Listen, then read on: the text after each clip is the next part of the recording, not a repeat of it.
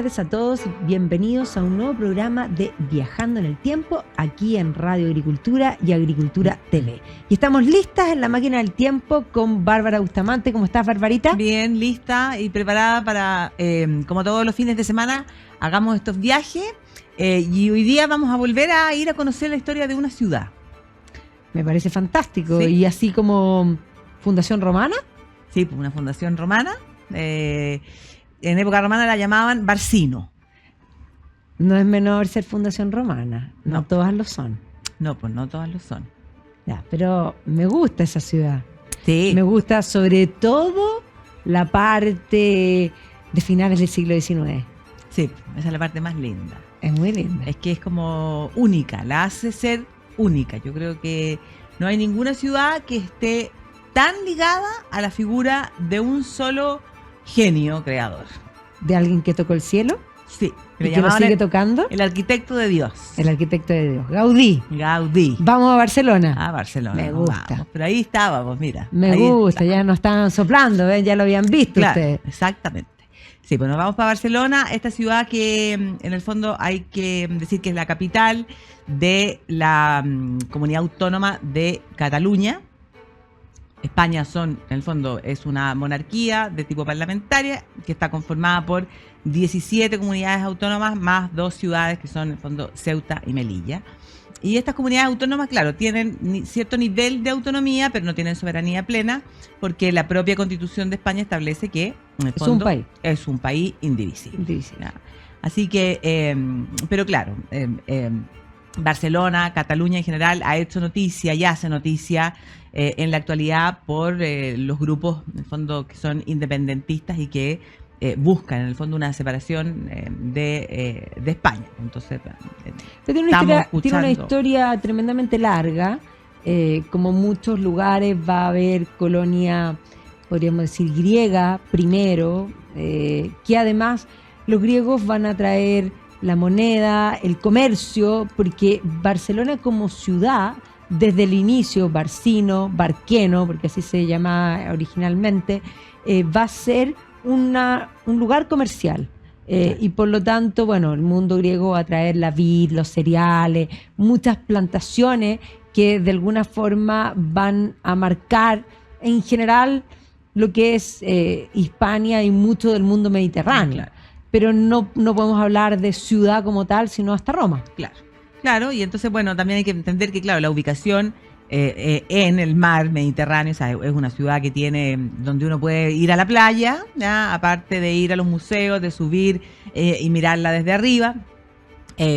Claro, evidentemente que no se puede hablar de la ciudad como tal hasta la época romana, y la conquista romana de la península ibérica va a ser una conquista que va a durar largo tiempo, o sea, se va a iniciar esa conquista en Desde medio la de lo época que de la son- República. Claro, en medio de lo que son además los enfrentamientos con los cartagineses, o sea, las guerras púnicas, más o menos del 218 a.C., empiezan a intentarlo y no lo van a lograr hasta que aparezca Augusto y en el fondo el imperio, ¿ya? Y entonces, en ese contexto se funda la ciudad más o menos como entre el 10 o el 15, más o menos, antes de Cristo, y se la llama Barcino, latinizando el concepto de barqueno, ¿ya? Que se hablaba en el fondo con los aborígenes. O sea, Claro, y la ahí se primera- van a fundar las ciudades de Tarragona, la ciudad de Girona y obviamente lo que es Barcelona hoy día con cada uno de sus nombres Claro, latinizados. exactamente, sí. Pues y entonces la Barcino original, la Barcino romana, habría estado ubicada en lo que hoy día es en el fondo el barrio gótico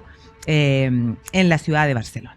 Bueno, y de hecho, en el barrio gótico, sí, uno encuentra parte de las murallas que están incorporadas en edificios, que tú los puedes ver en los torreones, que tienes que saber que son romanos, pero que están reincorporados o reciclados, digámoslo. Claro, en que están simple. como en medio de la arquitectura Claro, en medio de la moderna, arquitectura claro. moderna, pero además tenemos en distintos lugares, distintas casas, distintas edificaciones, que si bien en el barrio gótico no se ven porque se ve una arquitectura posterior, en el interior, cuando se ha hecho alguna excavación por cualquier sea la razón, se han encontrado con... Porque quisiste hacer un estacionamiento en tu casa. Sí, no, una muy mala idea. Con una ruina romana y ahí quedaste con el estacionamiento. No puedes volver, no puedes pensar en un estacionamiento. Exacto. Claro, y muchas de esas cosas se han recuperado y están hoy día, bueno, en el Museo de Historia, el Museo Arqueológico, y entonces ahí hay muestras, en el fondo, de mosaico, exactamente, de lo que habría sido la presencia de este mundo romano, algunas de que habrían sido... Hay unas columnas también de un templo que quedan 3 columnas. Claro, que habría sido un templo en honor al mismísimo Augusto. Augusto, exacto. Así que hay algunas cosas de este mundo romano presentes en la ciudad. Pero también la ciudad va a ser, como podríamos decir, premiada, ¿ya? Porque ya en el imperio hay que entender que surge el cristianismo, dentro de la época del imperio tardío se van a empezar a producir las persecuciones de cristianos, y ahí comienzan a aparecer... la época de Diocleciano, claro, que de hecho es genial porque la mayoría de las ciudades que tienen un santo patrono, la mayoría son mártires de esta época cristiana, y la gran mayoría son martirizados bajo el dominio de Diocleciano. Sí, claro. Y aquí también. Aquí también. Y entonces eso va a hacer que comiencen a aparecer figuras que se van a transformar a más, bueno, como en las patronas de la ciudad de Barcelona, y que van a ser, claro, mártires cristianas, como el caso de Santa Eulalia, que era una niñita de 13 años. Tremendo. Tenía 13 años, había sido educada en el cristianismo, y claro, los cristianos eran perseguidos y ella se va a arrancar de su casa y va a increpar al gobernador, diciendo, ¿por qué persigue a los cristianos? Entonces el gobernador va a tratar de convencerla de que ella abjure del cristianismo, porque era una niña y no quería, en el fondo, tener que tomar las medidas que había que tomar.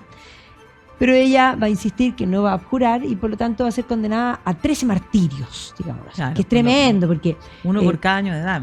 Uno por cada año de edad, exactamente. Pero entre las cosas que hacen es que le queman los pechos, después a las heridas se las refriegan con una piedra dura. La meten en una cosa como con pulga. Claro, con todas las heridas y las llagas la meten en una cosa llena de pulga. Pero después además la ponen en un barril que tenía cosas cortantes al interior, y entonces la meten a ella y la tiran colina para abajo. No. Y al final la crucifican, o sea, una cosa... O sea, Santa Eulalia, que lo impresionante es que a pesar de haber vivido todos estos martirios, ella no abjura. Y por lo tanto, el ejemplo de la fortaleza, o sea, es decir, impresionante. Y claro, se va a convertir ya en, digamos, va a ser canonizada posteriormente, y cuando es canonizada sus restos van a ser trasladados a lo que es hoy la catedral. La catedral de Barcelona, que está, en el fondo, es a la Santa Cruz y a la Santa Eulalia, y en esa catedral está el sepulcro, ¿ya?, de la propia santa. Pero bueno, no va a ser la única santa, ya vamos a ir viendo a medida que transcurre la historia de esta ciudad cómo aparecen otras figuras importantes también. Porque el cristianismo, a partir del emperador Constantino, en el fondo, va a ser permitido, ¿ya?, mediante el edicto de tolerancia, y por lo tanto eso va a hacer que cesen las persecuciones. Pero el problema va a ser que el imperio ya ha sido dividido, en el fondo, y eso se hace evidente con el emperador Teodosio cuando decide partir en una parte occidental y una parte oriental para cada uno de sus hijos, Honorio y Arcadio. Y entre medio de todo eso aparecen los pueblos germanos, que para el caso de la península ibérica lo que interesa son los suevos, los alanos y los vándalos, que se instalan ahí y ponen en jaque el dominio romano. Entonces los romanos van a negociar con otro de estos pueblos germanos, que son los visigodos, para que los visigodos, en el fondo, expulsen, ¿ya?, a estas otras tribus.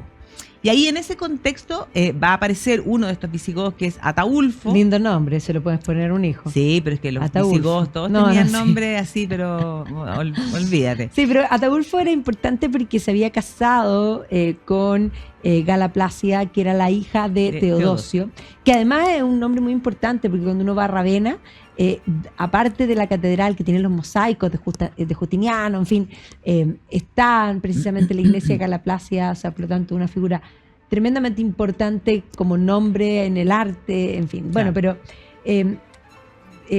efectivamente... Claro, es que Ataulfo va a decidir, en el fondo se va a pelear con su cuñado, en el fondo, que era Honorio, y entonces va a decidir de establecer como su propio reino, y va a elegir a Barcino como la capital. ¿sí? Pero eso va a durar por muy poquito. Claro, porque al final Ataulfo lo va a terminar matando su propio hermano, era algo bastante común dentro de los visigodos. Bueno, es que no solo los visigodos, Bueno, en general, era algo muy común sí. en la historia, en este concepto cuando la gente piensa que Game of Thrones es Claro. una serie, la historia completa fue Juego de Tronos, porque la política se hacía desde la violencia. Y por eso es tan importante tener en cuenta lo que significa el concepto de la democracia liberal, porque es dejar fuera la violencia como un modo de hacer Exactamente, política. Claro, pero eso había sido lo que había imperado a lo largo de la historia. Y lo que va a imperar todos los siglos y hasta el siglo No, sí, XVIII. po, exactamente. Entonces, bueno, lo que ocurre es que finalmente la parte occidental del imperio cae en el año 476 y ahí es cuando ya se consolida este reino visigodo que primero va a tener su capital en territorio de lo que hoy día es Francia, en la ciudad de Toulouse, ¿ya? Pero los francos, ¿ya? En la Galia también se van a transformar en un reino importante. Los van a empujar. Los van a empujar al otro lado de los Pirineos y eso es lo que conforma el reino hispano-visigodo con capital en Toledo y con la ciudad de Barcino incorporada en el fondo en este reino visigodo. Bueno, y van a estar bajo las manos de los visigodos, la zona de Barcelona, por 300 años, y hasta la llegada del Islam.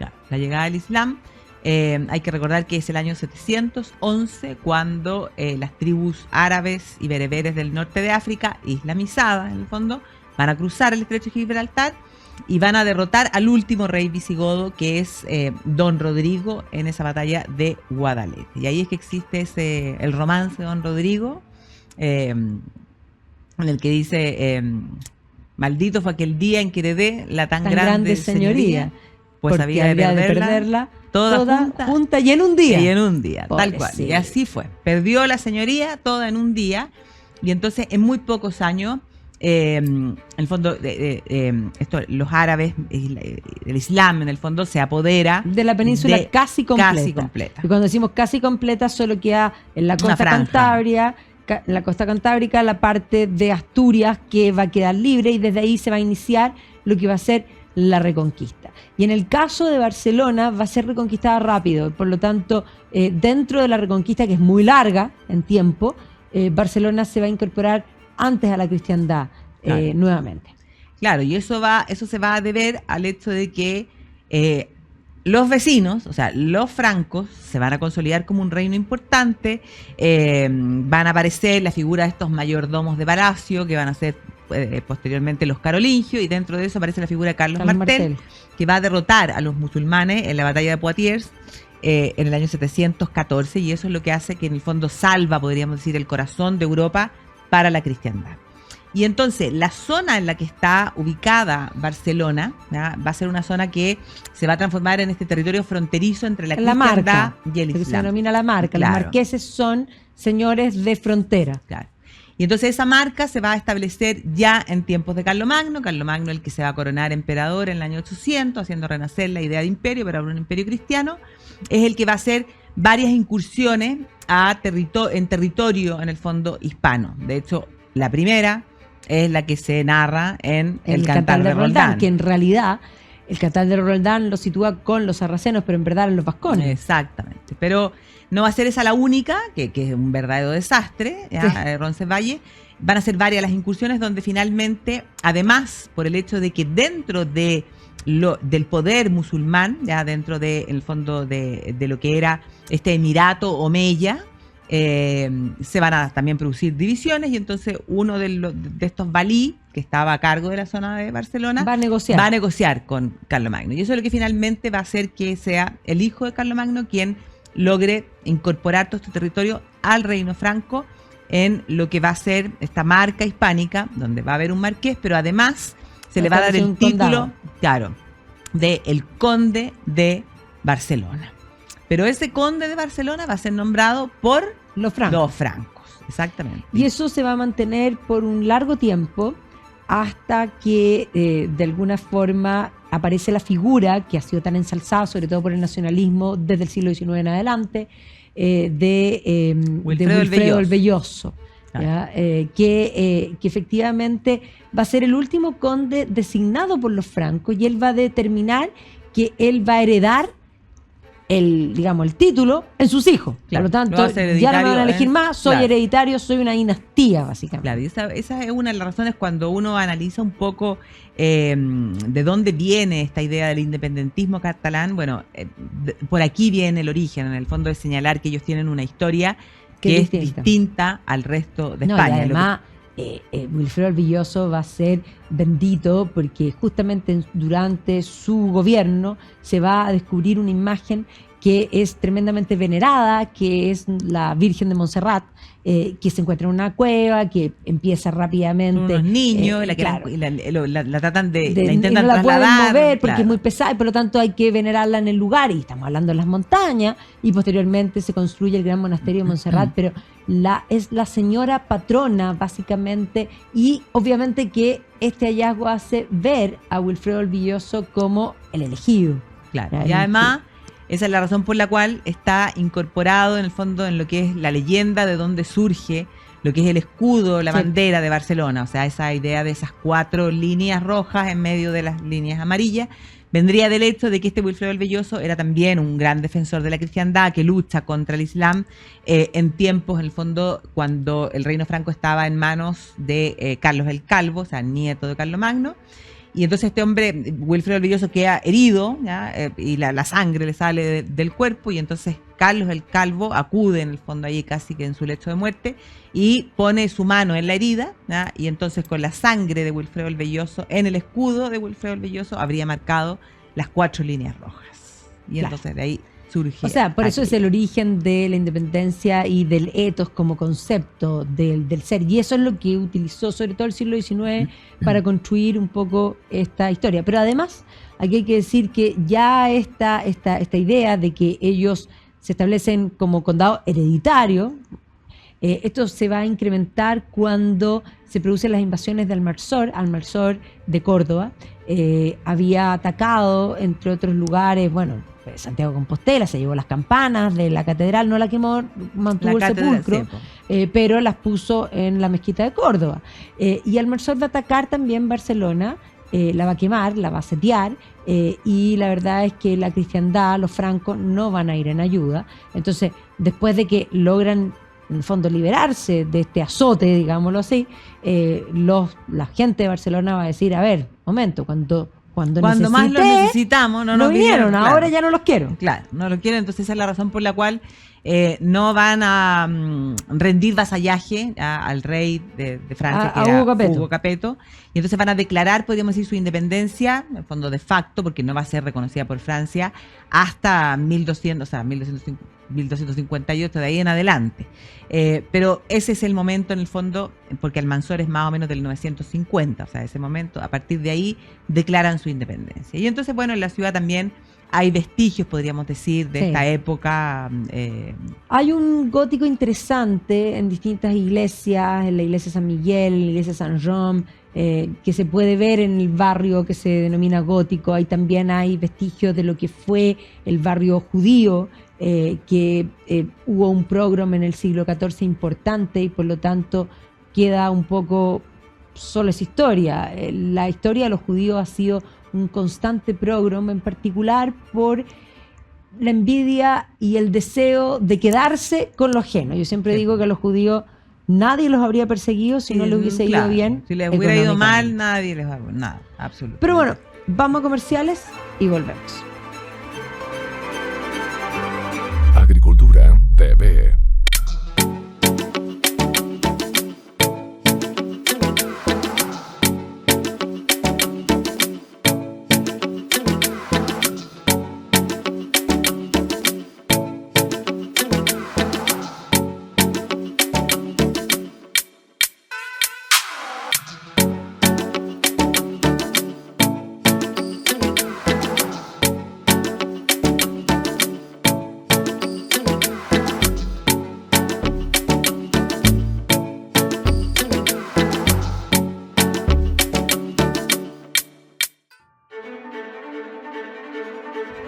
Y estamos de vuelta aquí en Viajando en el Tiempo, en Radio Agricultura, hablando de Barcelona. De Barcelona. Y hablar de Barcelona es hablar, evidentemente, de la historia de Cataluña, y un hito súper importante va a ser en el siglo XI, cuando el conde era Ramón Berenguer I, va en el fondo a promulgar lo que se conocen como las usaches, ¿ya? Catalanas, que en el fondo es como el primer texto jurídico que comienza ya como a organizar, podríamos decir, la propia institucionalidad, ¿ya? Y la estructura en el fondo de esta sociedad catalana. Y entonces ese es también otro de los puntos importantes. Este personaje también va a extender el territorio, y la historia en el fondo de esta zona de Cataluña con Barcelona como la ciudad más importante, en el fondo se comienza a complicar más aún cuando se produce el matrimonio de la princesa de Aragón, del reino de Aragón, que era Petronila, con el conde de Barcelona, que era Berenguer IV. ¿Ya? Ramón Berenguer IV. Y entonces ahí se produce la unión del reino de Aragón con en el fondo, con la zona de Cataluña. En el fondo el reino de Aragón, el cual incorpora el condado de Barcelona. Exactamente, o sea, queda al interior. Pero evidentemente que este condado de Barcelona, en el fondo, mantiene en el fondo su idioma, lo que era el catalán. Sí. Pero claro, queda al interior. Entonces, ¿quién era el rey de Aragón? Era a su vez el conde de Barcelona, ¿ya? Y entonces eso va, la primera persona en tener en el fondo los dos títulos va a ser el hijo de esta Petronila y de Ramón Berenguer IV.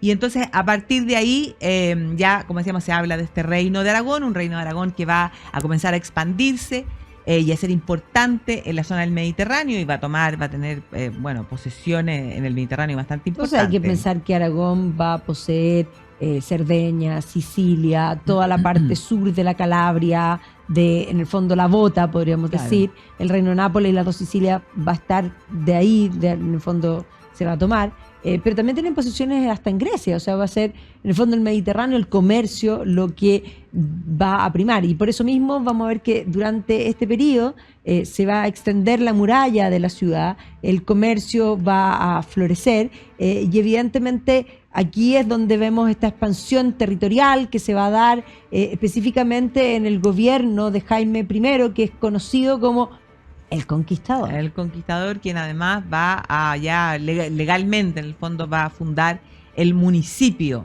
¿ya? De Barcelona, y va a determinar que ese municipio de Barcelona va a tener un consejo que va a ser manejado, en el fondo, organizado por 5 consejeros. Claro, y además también va a ser visto como el elegido, porque a él se le va a aparecer, no es que van a encontrar una imagen de la Virgen, no, se le va a aparecer la Virgen.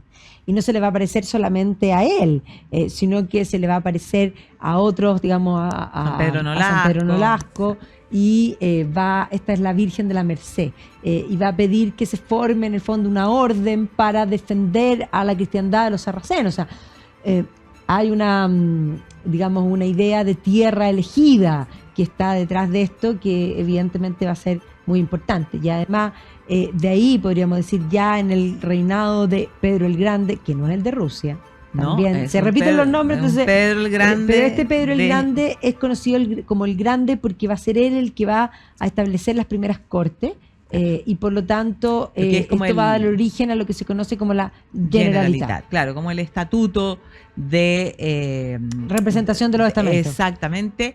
Y entonces además se va a construir el primer edificio donde en el fondo funciona esta Generalitat. Que de hecho es el mismo edificio, lo que pasa es que el edificio es un edificio gótico en el interior, que después va a ser refaccionado en la época renacentista en el exterior, pero es el mismo, desde esa época. Y claro, como en el fondo, con este crecimiento en la zona del Mediterráneo, evidentemente que la ciudad de Barcelona se va a convertir en la ciudad más importante de este comercio, y entonces eso es lo que va a hacer que comiencen a surgir instituciones en el fondo, para regular ese comercio, como va a ser el Consulado del Mar, ¿ya? Y efectivamente uno ve en los mapas cómo la ciudad va creciendo, va expandiéndose, o sea, vive toda una época, podríamos decir, de esplendor económico, hasta que llegue y aparezca en el fondo el gran drama que significa la peste negra. Claro, el siglo XIV es un siglo complicado. La peste negra va a atacar a toda Europa en 1348-49, va a morir la mitad de la población europea, y esto va a ser una hecatombe. Y de hecho hay que decir que lo que va a suceder post-peste es muy interesante, porque al disminuirse la población a la mitad, el dinero habible, la torta, digamos, a repartir, se va a repartir entre menos, por lo tanto los pedazos van a ser más grandes, pero además van a subir los salarios reales, porque como se mueren los panaderos, los herreros, el herrero ahora te va a decir, mira, yo por hacerte la herradura, antes te cobraba 10, pero ahora te cobro 100, ¿ya? Y por lo tanto van a subir los salarios reales y esto va a implicar que hay un periodo, lo que llamamos nosotros renacimiento, siglo XV y XVI, son siglos de alto lujo. Además van a haber muchas platas nuevas porque muchos van a morir. Esas platas van a pasar a familiares lejanos que no tenían ni uno y de pronto se encontraron millonarios. Entonces, justamente en la ciudad de Barcelona se había iniciado la construcción de la que hoy día conocemos por la novela como la Catedral del Mar, lo cual es errado porque una basílica. No es una catedral, porque para ser catedral tiene que tener la silla, la cátedra, claro. ¿Ya? Y por lo tanto es una basílica. La Basílica de Santa María del Mar. Claro, pero Ildefonso Falcone, perdón, Ildefonso del Mar. Y Ildefonso Falcone, efectivamente la va a hacer famosa hoy día. Claro, primero en su libro y después la serie. La serie de Netflix. Claro, la serie de Netflix, donde además se ve que se enferman de la peste negra, es una tragedia, porque sacan los cuerpos.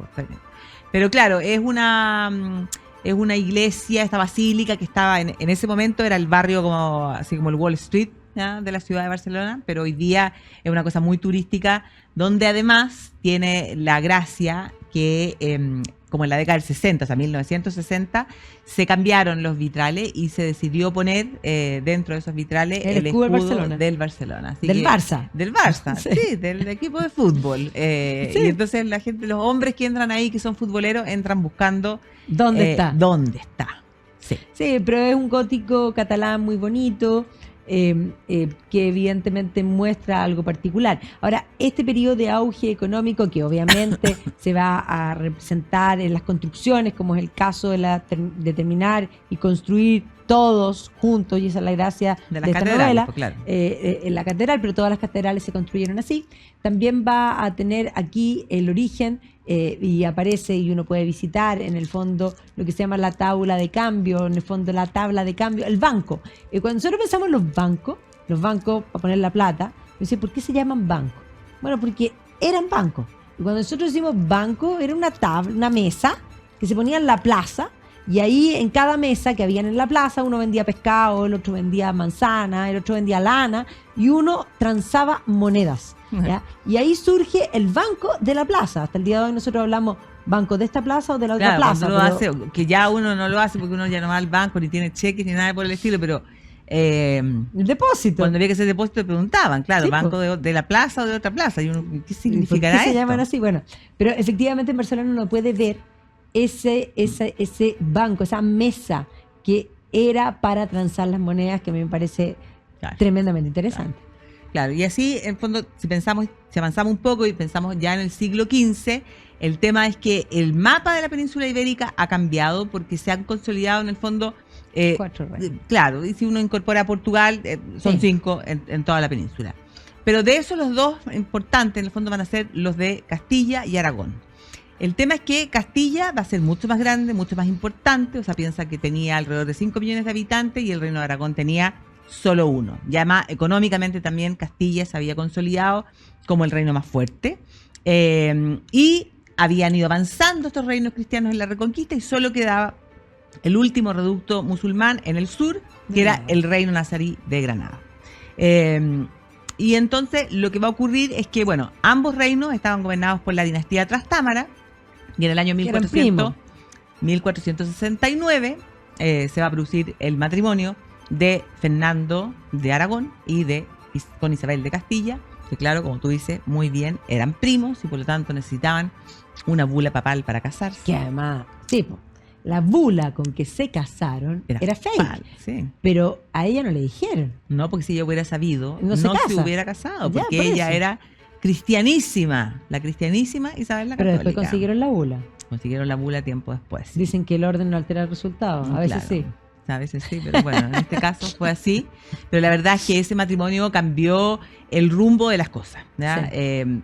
No solo porque Isabel es un personaje extraordinario y que eligió al mejor de los compañeros, sino porque con ellos se inicia la Unión Peninsular. ¿Ya? Claro, ellos van a terminar la Reconquista, el 2 de enero de 1492 se va a librar la última batalla, que es la batalla de Granada, y posterior a eso, debido a que ya han consolidado, ya han terminado con la Reconquista, ella va a apoyar el proyecto colombino, que no era un buen proyecto, pero que efectivamente, de hecho yo siempre digo que nunca le creyeron porque le dieron tanto, pero después se lo quitaron. Pero claro. Efectivamente, importante porque la corte era itinerante, de vuelta a Colón, va a ser recibido por los reyes católicos, de hecho, en una de las veces en Barcelona. En Barcelona, sí. Entonces, sí, y el mayor objetivo de Isabel probablemente era encontrar nuevas almas que convertir. Sí, por supuesto. O sea, ese era el objetivo fundamental, más que las riquezas, las tierras y tanta cosa que se habla. Pero todavía, podríamos decir, los dos reinos tienen coronas separadas,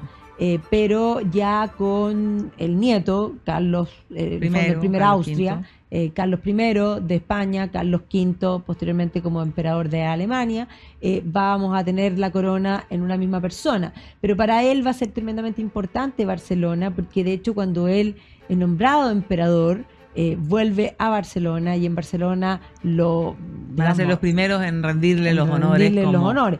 además Barcelona va a ser un lugar importante porque este es el periodo en que no solo se produce la reforma por una parte, sino que por otro lado se producen los ataques de los turcos, o del turco en particular, específicamente Solimán el Magnífico, a través de los piratas en el Mediterráneo, Barbarossa, y por lo tanto Barcelona es un enclave muy importante para Carlos I.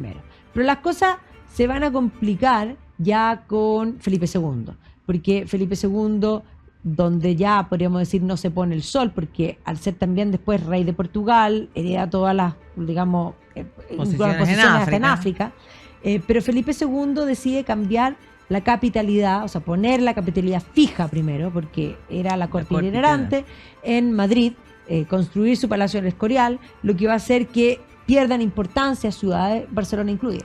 Así es, comienza a perder importancia. Pero la verdad es que las relaciones entre Barcelona, Cataluña en general, con estos Austria, no era mala, hasta Felipe II. La cosa va a comenzar a empeorar ya con su hijo, que es Felipe III, y por sobre todo ya en tiempos del rey Felipe IV, sí, que va a ser precisamente también el momento en el que este palacio de la Generalitat va a ser reformado y entonces va a tener esta fachada en el fondo renacentista. Y las cosas se van a complicar porque en ese momento Europa está sumergido en lo que es la guerra a los 30 años.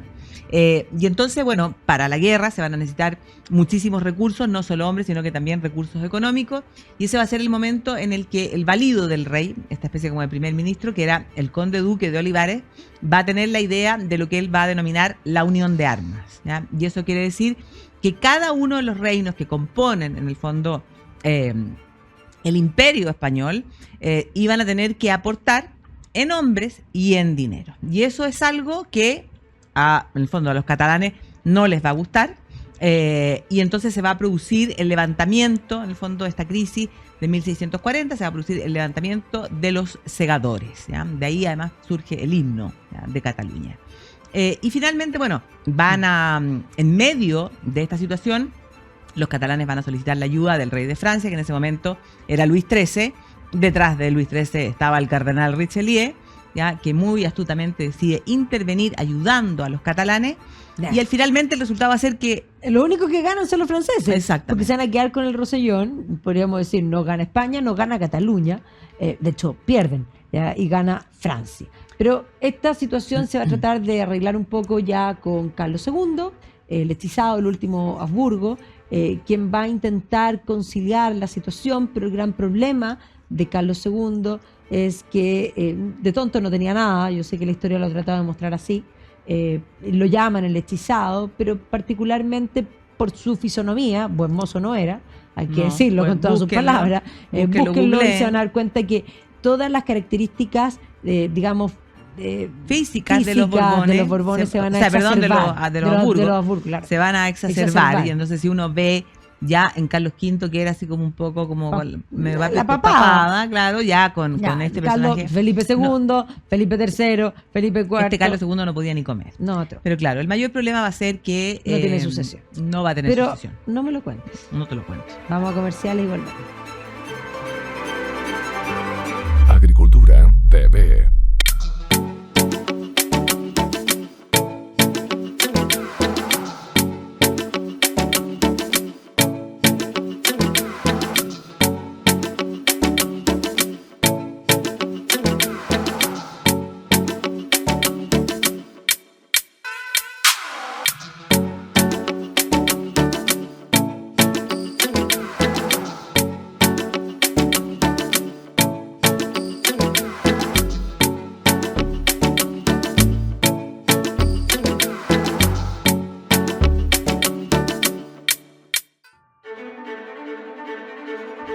Y estamos de vuelta aquí en Viajando en el Tiempo, hablando de Cataluña, y habíamos quedado que efectivamente Carlos II muere sin descendencia y eso va a abrir lo que va a ser la guerra de sucesión, donde finalmente van a haber dos candidatos. Un candidato era el nieto de Luis XIV, un Borbón, y por otro lado uno de la casa Austria. Y aquí hay que decir que va a ganar el Borbón, pero Cataluña estaba con los Austrias. Claro, y por entonces, lo tanto no le va a ir bien.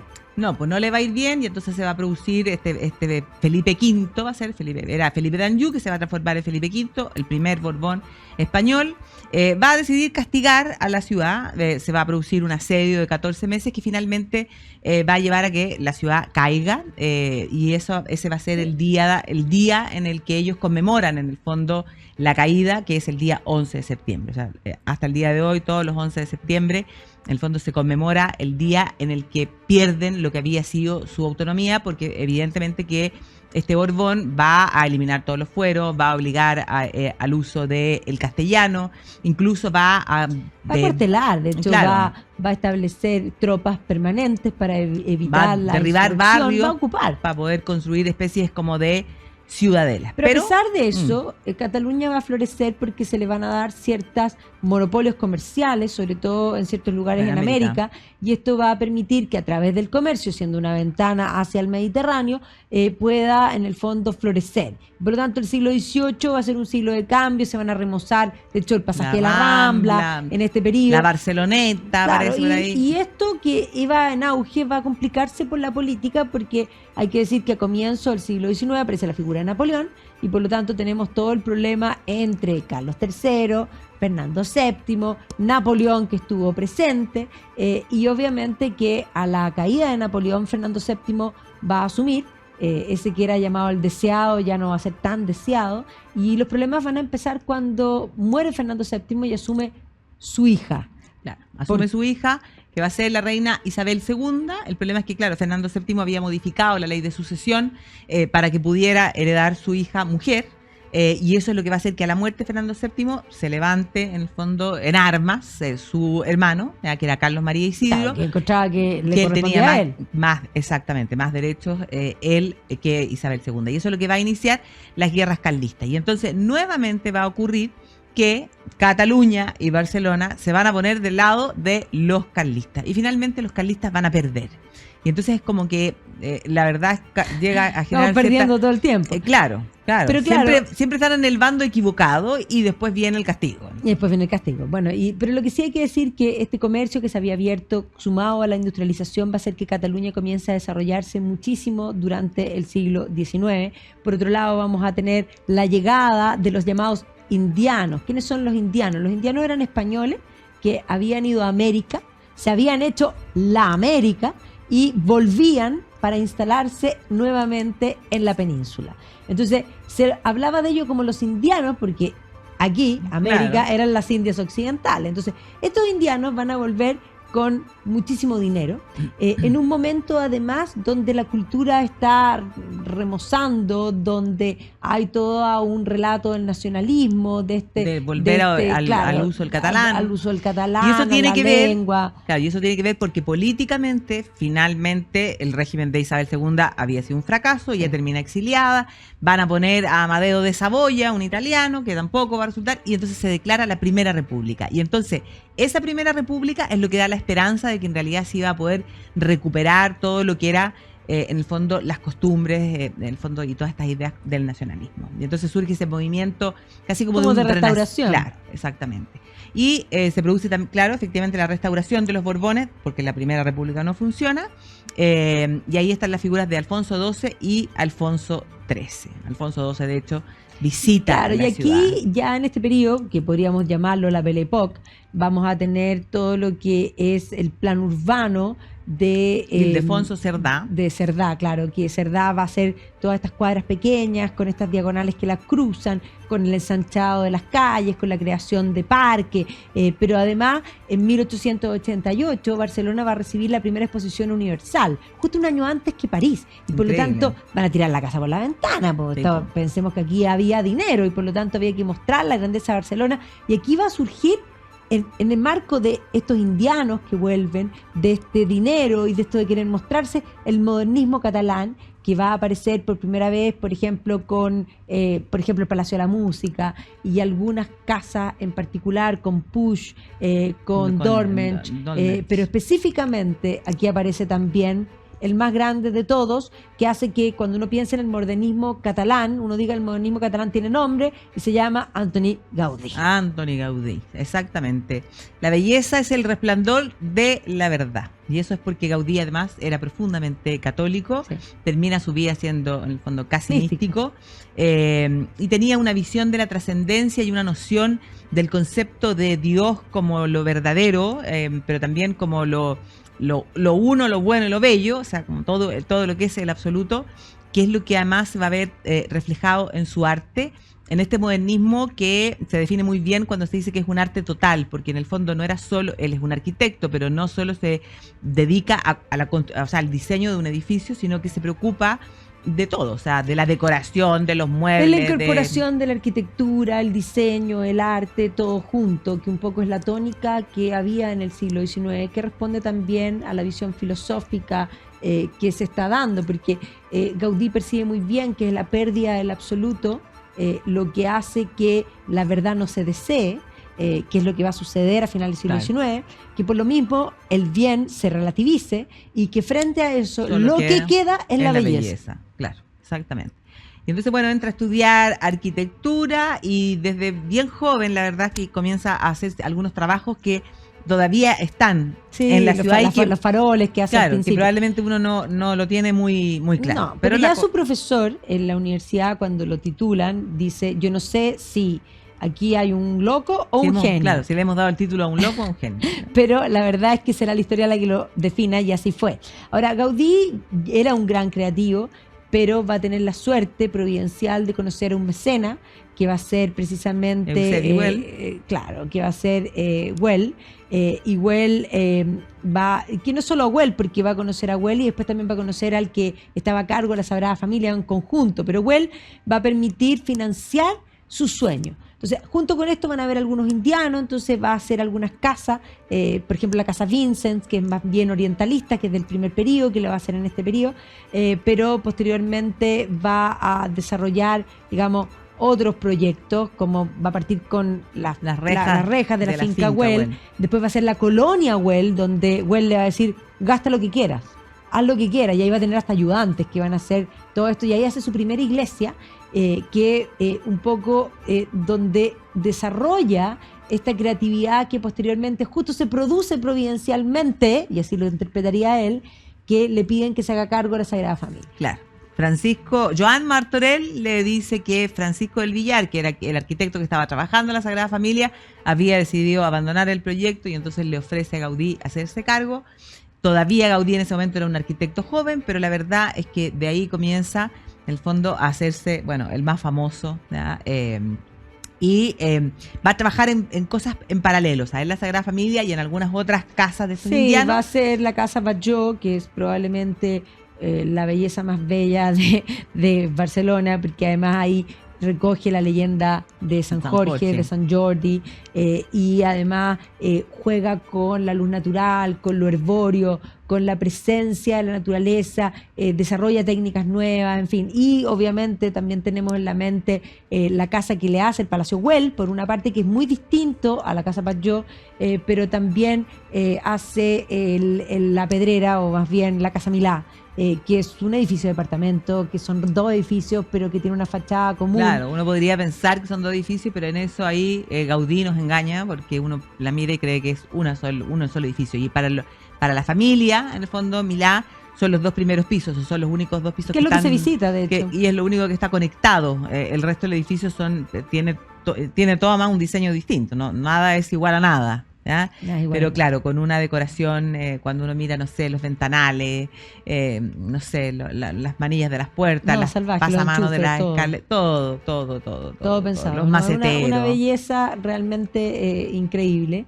Y hay otras casas más que tanto, Barcelona es donde más hay de Gaudí, porque el último que va a ser también va a ser el Parque Güell, que donde juega con lo ondulante, con las formas, con la naturaleza, con esto propio catalán, donde además los dos eran catalanistas, por lo tanto, tanto Ahí, Gaudí claro, como Güell van a convocar al primer congreso de la lengua catalana. Ahí en el Parque sí. Güell. Creo que dice algo así como que la curva, o sea, que la recta es del hombre y que la curva es de Dios. Claro. Entonces él intenta, dice, no es copiar la naturaleza, sino que es como incorporarla en el fondo para que la arquitectura, el diseño Fluya. sea, exactamente, fluya y sea finalmente algo bello. Claro, y ahí también el sentido místico, porque hace digamos, las cruces de arriba del parque, y obviamente que después se va a dedicar 100% a la Sagrada Familia, que no va a alcanzar a ver, por supuesto, para nada, ni cercano a completarse, va a alcanzar a ver De las torres, de hecho, una sola en pie, porque claro, Gaudí muere y muere de una manera bien triste, trágica, en el año 1926, cuando se dirigía a la Sagrada Familia para trabajar.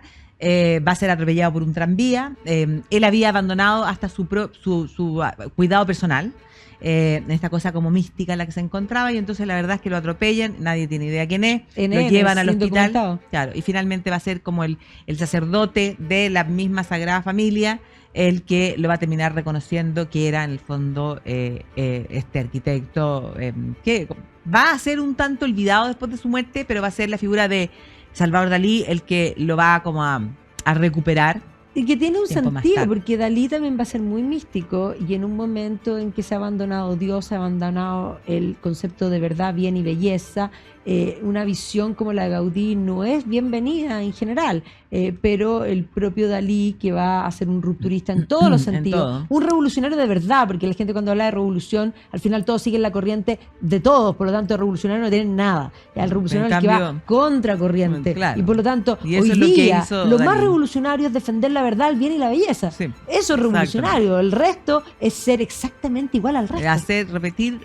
Ser parte del rebaño. Ser parte del rebaño, lo gregario, de alguna manera, claro, lo podríamos decir, esa idea del colectivo, donde tú pierdes tu propia identidad y no eres nadie. Claro. Eres parte del engranaje de la burocracia. Si hay algo que no era Salvador Dalí, era ser parte del engranaje. No, por en cada aspecto de su vida hizo absolutamente lo contrario a lo que estaba haciendo el resto de la gente. Y así como dijo esa frase que es muy buena, dice, Picasso es un genio, yo también.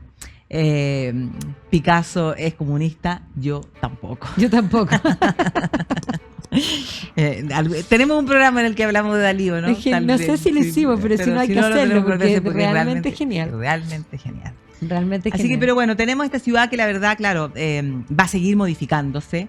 Ya se van a vivir las Olimpiadas posteriormente del año 92. Claro, pero antes de eso tenemos que decir que el año 1929 se va a hacer la nueva exposición, donde se hacen grandes palacetes y grandes edificaciones para mostrar a Barcelona al mundo. Pero claro, ya entrado el siglo XX tenemos la guerra civil, posteriormente la llegada de Franco. Franco va a castigar a Barcelona nuevamente porque habían sido republicanos. Y posteriormente podríamos decir ya post-guerra civil, se van a instalar ciertas zonas francas, se va a crear la SEAT, y esto va a permitir que económicamente, sobre todo cuando se produce el vuelco del gobierno de Franco hacia la apertura económica, comiencen a cosechar. Y ahí sí ya tenemos lo que pasa es que lo que yo te quería decir es que la imagen como actual que tenemos de una ciudad moderna, de una ciudad que es abierta, de una ciudad que es cosmopolita, que tiene unas playas bellas, en el fondo un puerto que es magnífico, son todas transformaciones que se realizaron producto de esas Olimpiadas del año 92, donde la verdad es que Barcelona aprovecha la oportunidad de mostrarse al mundo. O sea, bueno, yo creo que todas las ciudades que son sede de fondo de Juegos Olímpicos aprovechan la oportunidad porque además las ganancias económicas de realizarlo son importantísimas. Y ahí es donde comienzan a aparecer los edificios más altos. Sin luego duda. De eso, ese barrio, el distrito 22 que es como una cosa toda como como moderno. Pero también hay que decir que en la década del 50, después del fondo de la guerra civil, porque en el fondo España no entró en la Segunda Guerra Mundial como tal, por lo tanto es después de la guerra civil, se va a producir la construcción del Camp Nou, que hay que decir que evidentemente era un estadio enorme, pero que debido a que el Bernabéu ya se remodeló, ahora viene la remodelación de pues. el Camp Nou, del Barça. El Barça había sido fundado también como equipo, ya hay una foto extraordinaria de comienzo del siglo, o sea, es parte de este Es que emblema. me tocó estar a mí en Madrid justo el día del primer partido con el Santiago Bernabéu remodelado. O sea, la Castellana cerrada. Sí. Por lo tanto, no podías, o sea, tenías que quedarte a un lado de la Castellana o al otro lado de la Castellana. Yo fui al Camp Nou a ver un partido del Barcelona con el Paris Saint-Germain, que además, o sea, la entrada mía era el último asiento, No, o sea, claro, no había nada carísimo, más arriba que yo. no, sí. Pero primero hay que decir que ese fue un partido que se dio vuelta en el último minuto. Yo la verdad es que nunca lo había pasado tan bien, pero de vuelta no había nada. Y es más, tuvimos que caminar Barcelona completo. Sí. Ya, un tema, pero y a mí es que a mí me tocó euforia. Me tocó ese día, como te digo, de la reinauguración, o sea, inauguración de este estadio remodelado, donde claro, tuvimos que caminar, o sea, aplanar Madrid porque no habían taxis, nada. La ciudad estaba paralizada con el partido de fútbol y el nuevo estadio. Sí. Así que eso va a pasar cuando remodelen el Camp Nou y también en el año 2026, que es la fecha que han dado para que efectivamente la Sagrada Familia sea finalizada, porque la Sagrada Familia se ha seguido construyendo. Después de la pandemia se logró el gran hito de finalizar lo que es la torre de la Virgen María, con unas estrellas preciosas, y entonces ahora lo que falta, ya están las torres de los 12 de los apóstoles, falta la torre de Jesucristo. Bueno, y ahí es importante decir que Antonio Gaudí es el alma de Barcelona, sin lugar a dudas. Es más, buscó tocar el cielo desde su mística y desde su visión, y eso lo plasmó en la arquitectura, y buscó superar el gótico.